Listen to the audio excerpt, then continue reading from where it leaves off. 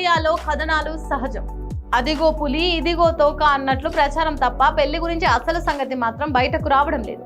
అలాగని ప్రభాస్ పెళ్లి చేసుకోకుండా ఉండిపోతాడా అంటే అది లేదు.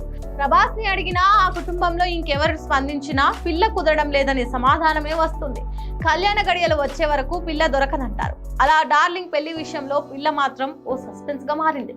మరి ఆ పిల్ల ఎక్కడుందో, పెళ్లి ఎప్పుడు జరుగుతుందో ఆ పెరుమాళ్లే తేల్చాలి. కానీ ప్రభాస్ పెళ్లిపై కథనాలకు మాత్రం ఫుల్ స్టాప్ పడదు.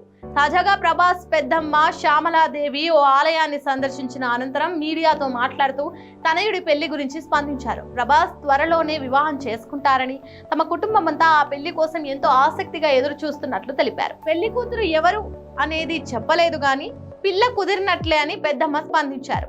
అతి త్వరలో పెళ్లి ప్రకటన వస్తుంది అన్నట్లు మాట్లాడారు. వివాహం అత్యంత వైభవంగా జరుగుతుందని ధీమా వ్యక్తం చేశారు.